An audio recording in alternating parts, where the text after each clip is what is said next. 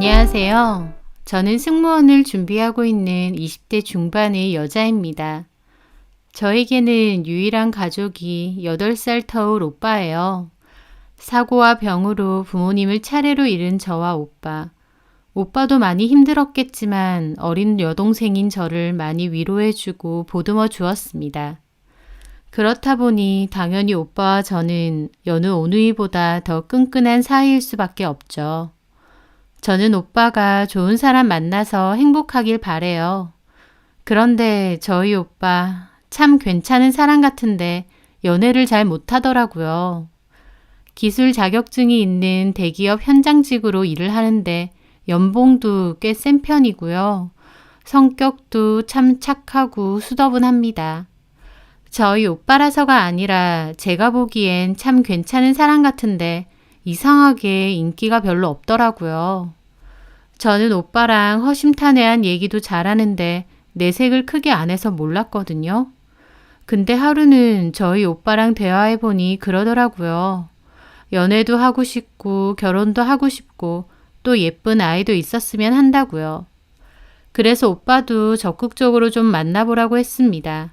주변에 소개도 받고 동호회도 나가라고요. 그렇게 오빠는 제 말에 용기를 얻어서 동호회를 나가게 됐고 거기서 여자친구를 사귀게 되었어요. 그 언니의 이름은 서은이고 스피닝 강사를 하다가 쉬고 있다고 하더라고요. 저는 너무 기뻤어요. 오빠가 여자친구도 만나 데이트도 하고 행복해 보였거든요. 그렇게 5개월 정도 짧은 만남을 끝으로 결혼도 한다고 하더라고요. 저는 조금 성급한 게 아닌가 걱정도 했지만 오빠는 자기가 결혼 준비가 다 되어 있고 둘 다 결혼 생각이 있으니 좀 빨리 해도 괜찮을 것 같다고 했습니다. 오빠가 결혼을 준비하니 너무 좋고 축하할 일이지만 한 가지 걸리는 게 있었어요. 바로 집이었습니다. 오빠와 제가 살고 있는 집이 있고 오빠는 이곳을 신혼집으로 바로 쓰고 싶어 하더라고요. 저 같은 경우는 승무원 준비생이고 사는 곳은 지방이기 때문에 면접 되면 서울로 올라가곤 했거든요. 만약 승무원에 최종 합격하면 서울 쪽에 집을 구할 생각이었고 그 돈은 오빠가 다 마련해 주기로 약속을 했습니다. 그래서 제가 승무원이 돼서 서울로 올라가기 전까진 오빠와 함께 살아야 했어요. 오빠는 이런 얘기를 예비 새언니에게 했고 새언니도 좋다고 했습니다. 그렇게 오빠네는 결혼까지 빠르게 하게 되었고 저는 새언니와도 함께 살게 되었어요. 새언니가 운동을 하는 사람이라 성격도 시원시원해 보이고 털털해 보여서 저랑도 잘 지낼 수 있을 거라 생각했습니다. 그런데 결혼하고 얼마 지나지 않았을 때부터 새언니와 저는 부딪히게 되었습니다. 저는 승무원 면접 준비 스터디를 다녔거든요. 거기서 정보도 얻고 면접 준비도 하고요. 보통 저처럼 승무원을 준비하는 사람들은 이런 스터디를 많이 하거든요. 그런데 결혼하고 얼마 되지 않았을 때 제가 스터디 갔다 온다고 하니 새언니가 그러는 겁니다. 잘 놀다 와요.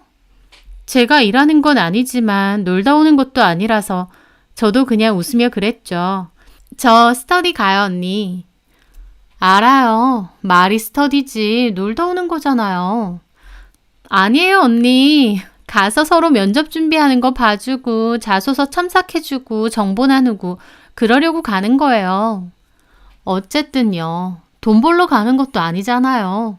아가씨랑 비슷한 사람들끼리 만나서 카페 가서 수다 떨고 밥 먹고 그러고 오는 거 아니에요? 새언니는 생글생글 웃으면서 그렇게 매기는 소리를 하더라고요. 저는 속으로 좀 황당했습니다. 그래서 그냥 갔다 올게요 하고 나갔습니다. 그런데 그때부터 시작이었던 것 같아요. 저한테 기분 나쁘게 한마디씩 했던 게. 얼마 뒤 제가 자소서를 쓰고 있는데 새언니가 충전기 빌리러 제 방에 들어오는 거예요. 그러더니 모니터를 빤히 보더라고요. 자소서 쓰는 거예요? 네, 조금 부족한 것 같아서. 백날 이거 써봤자 뭐해요? 네? 맨날 이거 고치고 또 고쳐봤자 뭐 하냐고요. 이게 그렇게 중요해요? 새언니는 또 실실 웃으면서 그렇게 말하는 겁니다. 저는 좀 어이없었지만 그냥 좋게 얘기했죠. 중요하니까 하죠. 서류에서 통과가 돼야 면접을 보니까요. 내 보기엔 이런 거 하나도 안 중요해요. 네? 비행기 타보면 승무원들 다 예쁘고 날씬하고 그렇잖아요. 그게 중요한 거죠. 외모적으로. 저는 좀 기분이 나쁘더라고요. 제가 하고 싶은 일이 있고 준비하는 건데 잘 모르면서 왜 시비를 거나 싶더라고요. 뭐 항공사 이미지랑 맞는 것도 중요하긴 한데 일단 서류도 중요하거든요. 서류 통과가 돼야 면접도 볼 수 있으니까요. 내 말은요. 솔직히 서류는 아가씨 충분히 준비되어 있잖아요. 영어 점수도 높고 중국어도 꽤 한다면서요. 수영도 잘하고. 네, 다 준비했죠. 그런데 제 말에 새언니가 막 웃는 거예요. 거 봐요. 서류는 다 됐잖아요. 근데 왜 안 되겠어요? 저는 그 순간 기분이 확 상하더라고요. 제 외모가 안 돼서 안 되는 거다. 그 말이 하고 싶은 건가 싶더라고요. 언니, 무슨 얘기를 하고 싶으신 거예요? 아가씨, 운동 좀 해요. 얼굴에 필러도 좀 맞고. 내가 보기엔 아가씨 코가 너무 낮아요. 피부도 좀 안 좋은 것 같고. 그런 쪽으로 관리를 좀 하세요. 내가 보기엔 아가씨 떨어지는 이유가 명확한데 본인만 모르는 것 같아서 좀 안타까워서요. 백날 서류 준비만 하면 뭐해요. 스터디에서는 그런 거 안 가르쳐 주나 보다. 그러면서 충전기 들고 나가더라고요. 저는 너무 기분이 상했습니다. 제 외모를 비하하는 것 같아서도 기분 나빴지만 제가 하고 싶어하는 직업을 외모면 다 된다라는 식으로 말한 것도 기분 나쁘더라고요. 본인이 관련 업계에서 일하는 사람도 아니잖아요. 저는 기분은 상했지만 그냥 좋게 생각했습니다. 언니가 좀 많이 솔직하고 허물 없이 말하는 성격인가 보다 하면서요. 하지만 그런 행동은 갈수록 도가 지나쳤어요. 그 후 제가 서류 합격되고 면접을 보기 위해 블라우스와 치마를 입어보고 있었거든요. 몇 가지가 있어서 거실에 있는 전신 거울에서 보고 있었죠. 저희 오빠도 어떤 게 제일 좋은지 보고 있었고요. 그런데 또 새언니가 그걸 보더니 면접할 때 입는 거? 네. 어디 줘봐요. 나도 입어보게. 네? 다른 옷은 방에 있죠? 하면서 제 방에 마음대로 들어가더라고요. 그러더니 제 다른 블라우스랑 정장 치마를 입고 나오면서 웃는 거예요. 세상에, 나한테 너무 커. 허리가 막 남아. 그러면서 오빠 앞에 서더라고요. 자기야, 이것 봐. 나한테 너무 크지? 자기는 워낙 말랐으니까. 이것 봐. 허리가 남아 돌아서 주먹까지 들어간다니까? 저는 옆에서 보고 있는데 좀 황당한 겁니다. 남의 면접복을 왜 함부로 입는지, 그리고 본인이 더 날씬하다는 소리를 하고 싶은 건지. 근데 새언니 전신 거울 앞에서 면접 흉내까지 내는 거예요. 안녕하세요. 잘 부탁드립니다. 자기야, 나 어때? 내가 더 잘하지? 오히려 내가 가면 한 번에 붙을 것 같아. 저 옆에서 표정 썩어 있으니 오빠도 제 눈치를 보더라고요. 근데 자기야, 이제 그만 벗어. 왜 명주걸 입고 그래? 뭐 어때서? 입는다고 다 알아?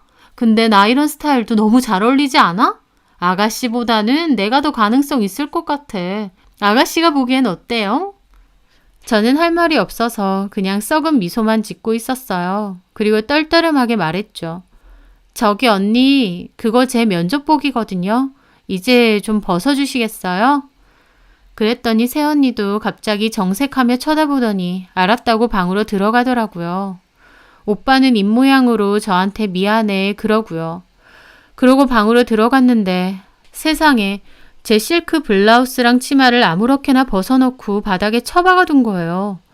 그걸 보는데 너무 어이가 없고 저도 들고 나가서 따졌죠. 언니, 입었으면 깨끗하게 벗어놔야죠. 이게 뭐예요? 이거 실크인데. 그러자 새언니 코웃음 치며 그러는 겁니다. 미안해요. 빨리 벗어달라길래. 저는 속으로 새언니랑 정말 안 맞는다 생각하며 방으로 들어갔습니다. 그런데 그 일이 그렇게 큰일이 될지 상상도 못했네요. 그 다음날 저는 스터디 모임을 갔다가 돌아왔어요. 오빠는 회식 때문에 늦는다 했고 새언니는 집에 없더라고요. 저는 거울을 보며 면접 준비를 하고 있었죠. 그런데 한 10시 정도가 돼서 새언니가 방문을 벌컥 여는 거예요. 저는 이어폰을 꽂고 있어서 누가 오는지도 몰랐거든요. 그런데 새언니가 술에 취해 얼굴이 벌개진 채로 저를 노려보더라고요. 언니, 술 드셨어요? 야, 너는 사람이 들어오는데 나와 보지도 않냐? 내가 우스워? 네?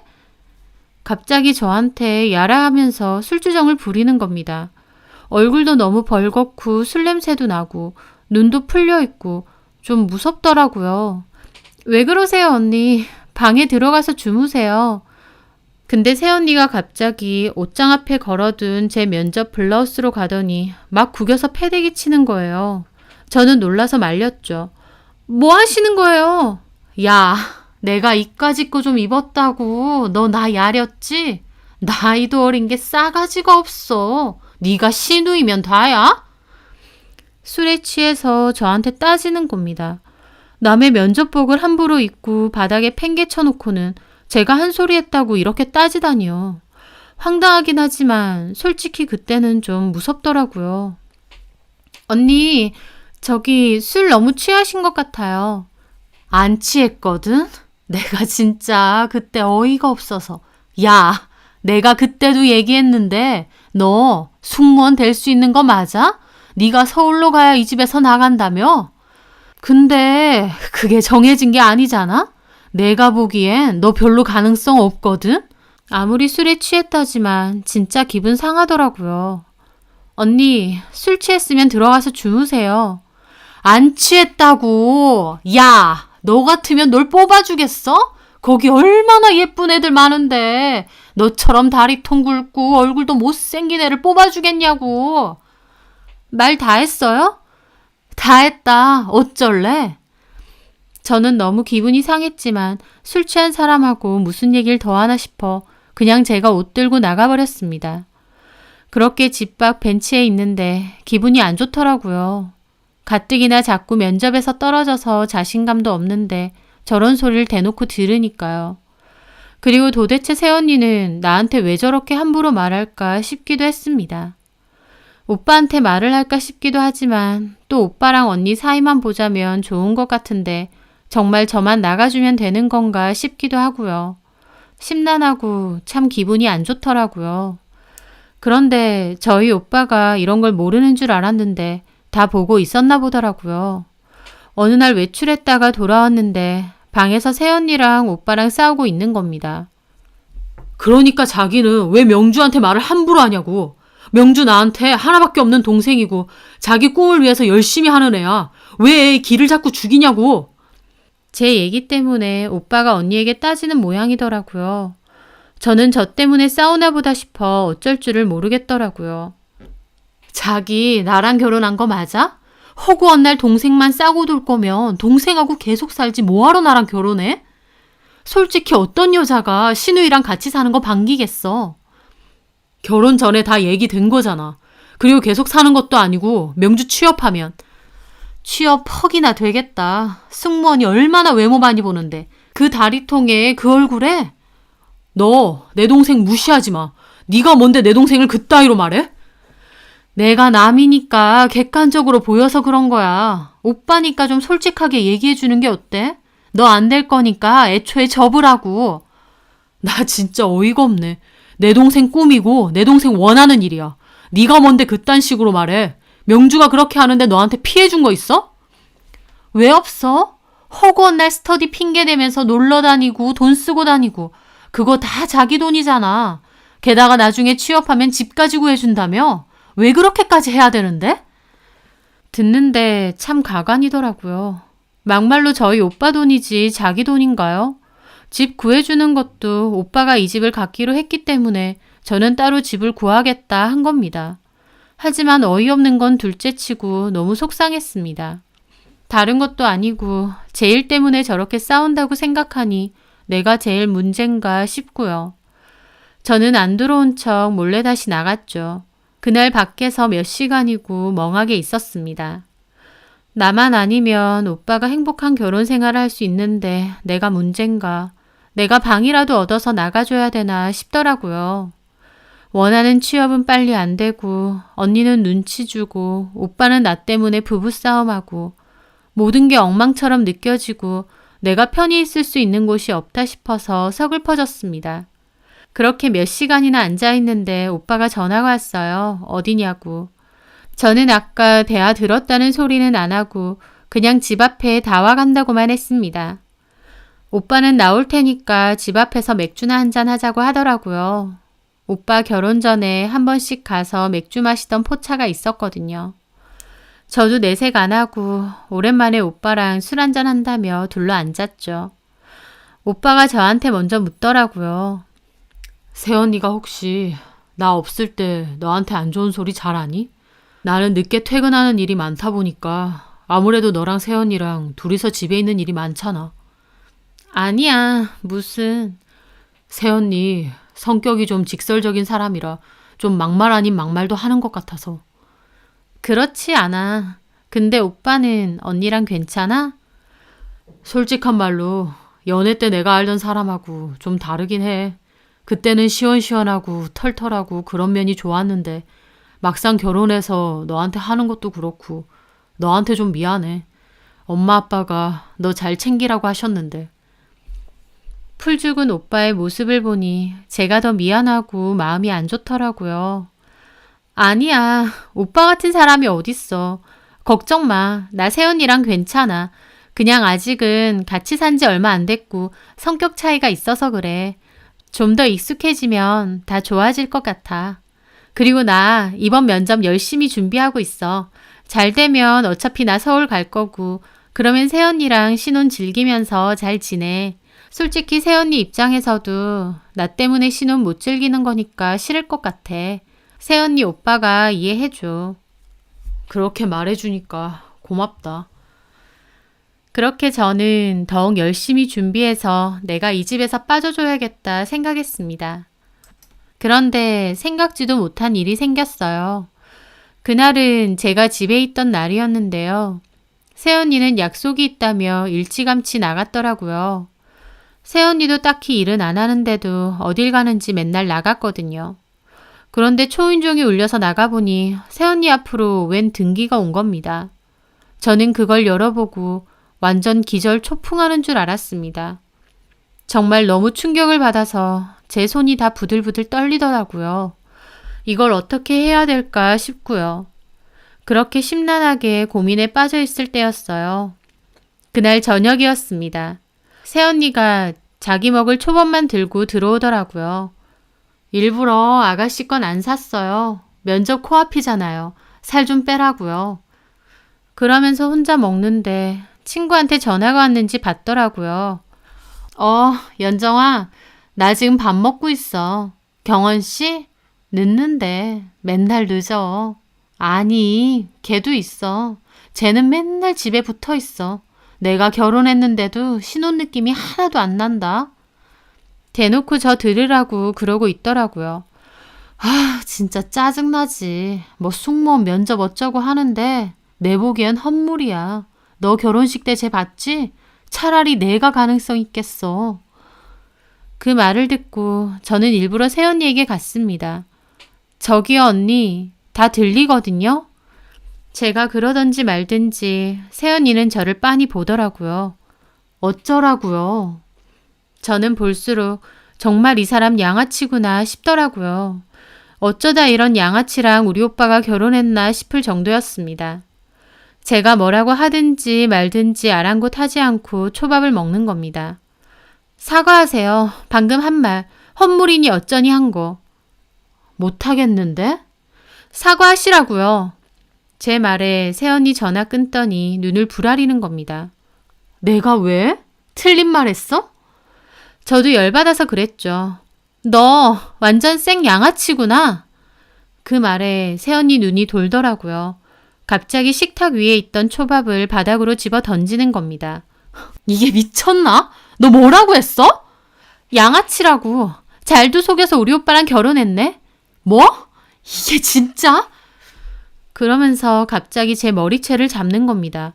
하지만 저도 지지 않고 머리채 잡힌 채로 그대로 새언니 싸다구를 날렸습니다. 새언니도 눈 돌아가고 그 길로 완전 육탄전으로 변했습니다. 새언니나 저나 완전 미친 듯이 싸웠어요. 머리채 잡고 발로 차고. 저도 살면서 그렇게 싸워본 적은 없는데 진짜 죽기 살기로 싸웠네요. 그렇게 난리법석으로 싸우는데 어느새 퇴근하고 온 오빠가 놀라서 말리더라고요. 왜 이래? 그만해! 겨우 떨어지긴 했는데 제 손에도 새언니 손에도 머리카락이 한 움큼이었습니다. 근데 제가 좀 더 많이 뽑았고 제가 좀 더 때려서 좀 속 시원하더라고요. 새언니는 울고불고 난리고요. 저거 완전 미친년 아니야. 오빠 동생 미쳤어? 내 머리 다 뜯어놨어. 둘 다 왜 이래? 갑자기 밥 먹는데 와서 시비 걸더니 내 머리채 잡았다니까. 머리채는 지가 잡아놓고 난리를 치더라고요. 저는 손에 있던 한 움큼의 머리 바닥으로 던지면서 방으로 들어갔습니다. 어디가? 제발 진정 좀 해. 그리고 저는 침대 위에 올려두었던 서류를 들고 나와 새언니 면상에 집어 던졌죠. 제가 서류를 집어 던지니까 새언니도 욕하고 난리치더라고요. 어디다 집어 던져? 야, 됐고 네 눈으로 쳐봐. 제가 그렇게 고함을 지르자 그 기집애도 서류를 봤습니다. 그랬더니 눈이 튀어나올 듯 커지는 겁니다. 그리고는 급하게 서류를 등 뒤로 숨기더라고요. 이걸 왜? 저희 오빠 뭔가 줘보라고 그러고 새언니 안 뺏기려고 그러고 결국 오빠가 서류 뺏어서 보더니 오빠도 눈이 휘둥그레졌습니다. 무슨 서류냐고요? 바로 법원에서 날라온 상간 위자료 소송 소장이었습니다. 내용을 읽어보니 가관이더라고요. 새언니가 스피닝 강사로 일했다는데 그때 유부남 회원이랑 눈 맞았고 아내한테 걸려서 센터에서 개망신 당하고 헤어졌었대요. 그래서 센터도 그만둔 거라고 하고요. 그런데 그 후에도 찜찜해서 그 아내분이 또 뒤를 캐보니까 아직까지 만나고 있더랍니다. 그냥 만난 것도 아니고 그 남자한테 가방 받고 용돈도 받으면서 금전적인 이득까지 취했대요. 그런 거 속이고 결혼했다는 거 알고 그 아내분이 집으로 소장을 보낸 겁니다. 전에 그런 일이 있는 것은 물론 아직까지 만나고 있다는 거였죠. 그걸 보는데 저희 오빠의 동생인 제 눈이 안 돌겠나요? 오빠 진짜 부들부들 떨면서 새언니 쳐다보고 새언니 아니라고 다 오해라며 말도 안 되는 변명하더라고요. 이걸 보고도 오해 소리가 나와? 아니야. 이 여자가 개소리 하는 거야. 끝났어. 유부남인지 모르고 만났었고 그때 다 끝났다고. 여기에 반성 없이 아직까지 만난다는 것을 확인했다는 내용 안 보여? 아니야. 오해야. 무조건 박박 우기더라고요. 저도 소리쳤습니다. 오해 같은 소리 하네. 야, 소장이 증거도 없이 그렇게 보낼 수 있는 건 줄 알아? 어쩐지 직장도 없는 게 맨날 나간다고 했어. 남자 만나러 다닌 거였지? 새언니는 아니 그 기집애는 어쩔 줄을 몰라 하더라고요. 그리고 계속 오빠한테 잘못했다며 다리 붙잡고 무릎 꿇고 비는 겁니다. 오빠는 다리를 확 빼버렸고 그 바람에 새언니는 앞으로 이상하게 자빠졌어요. 당장 나가. 꼴도 보기 싫어. 자기야, 아니야. 자기 소리도 듣기 싫어. 밖에서 이런 더러운 짓 하고 다녔으면서 집에서는 내 동생한테 난리치고 내가 이거 다 알아볼 거야. 절대 그냥 안 넘어갈 거고 너 절대 용서 안 해. 나 지금 너 보면 열받아서 무슨 짓 할지 모르니까 당장 나가라고. 저희 오빠 순해 보여도 한 번 화나면 정말 무서운 사람이거든요. 오빠의 경고에 새언니 울면서 가방 들고 나갔습니다. 바닥에는 초밥과 넘어진 의자로 난리가 나 있고 오빠는 그 자리에 주저앉아 괴로워하더라고요. 제 잘못은 아니지만 오빠한테 미안하더라고요.